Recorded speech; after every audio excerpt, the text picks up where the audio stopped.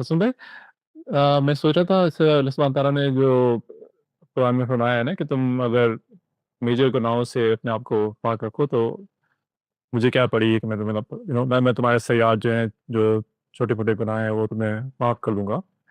तो that's great news क्योंकि major गुनाह the thing is the major गुनाहों के सिलसिले में थोड़ी सी कंफ्यूजन इसलिए पैदा होती है। सूरह गांधी साहब ने फरमाया कि सूरह आई थिंक बनी इसराइल में जो 10 कमांडमेंट्स है वही उसको ना फॉलो करना वो मेजर गुनाह में आ जाएंगे।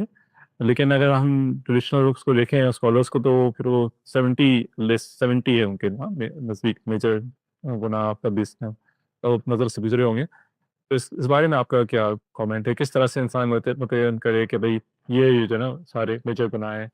एक मैं सोच रहा था कि क्या ये अच्छा होता अल्लाह सुब्हान तआला वहीं पे लिस्ट कर देते उन गुनाहों को एक क्लियरली तो आसानी हो जाती। नहीं, वो बिल्कुल बड़े गुनाह जो हैं वो बिल्कुल वाज़े हैं और वो बदिया रसूलुल्लाह सल्लल्लाहु अलैहि वसल्लम ने उसको कई जगहों पर सबअ मूबिकात के अल्फाज से बयान भी किया है कि 7 बड़े जो गुनाह हैं वो कौन से हैं।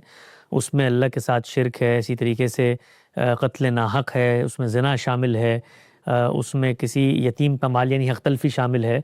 तो वो उनको लिस्ट किया हुआ है, यानी रसूल पाक सल्लल्लाहु अलैहि वसल्लम ने उसकी लिस्ट करने से मुराद ये है कि वो वाज़े थे, लेकिन उनको उनकी एक जामे फ़हरिस्त भी ख़ुद रसूल पाक सल्लल्लाहु अलैहि वसल्लम की निस्बत से रिवायतों में आ जाती है, कुरान मजीद के मुताले से भी बराह रास्त आ जाती है। क्योंकि कुरान मजीद ने जब बताया है 3 ही चीज़ें हैं ना कि जिनको मुस्बत और मनफी दोनों तरीक़ों से बता इन्नल्लाह यअमुरुकुम बिल अदलि वल ihसान व इताइ ज़िल क़ुरबा व यन्हा अनकुमुल फ़हशा वल मुनकरि वल बग़य।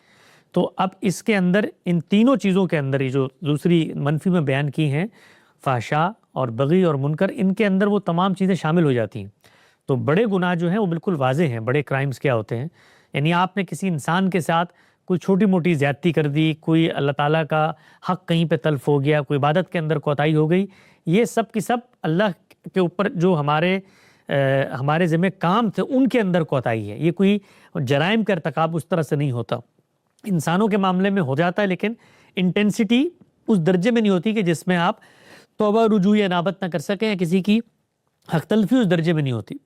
तो ये बड़े चीज़ें बिल्कुल वाज़े हैं, शिरक नहीं करना, आपने कुफ़र नहीं करना, इसी तरीके से ज़िना नहीं करना और बुनियादी तौर पे इंसानों के साथ हक़ तलफ़ी के मामलात नहीं करना, जो बड़े मामलात हैं। सूद भी उसकी एक बड़ी मिसाल है, वो आता है उसमें रिवायतों में सूद का भी ज़िक्र आता है, चोरी नहीं करनी माल। तो ये बड़े जराइम हैं और इनसे बचना चाहिए।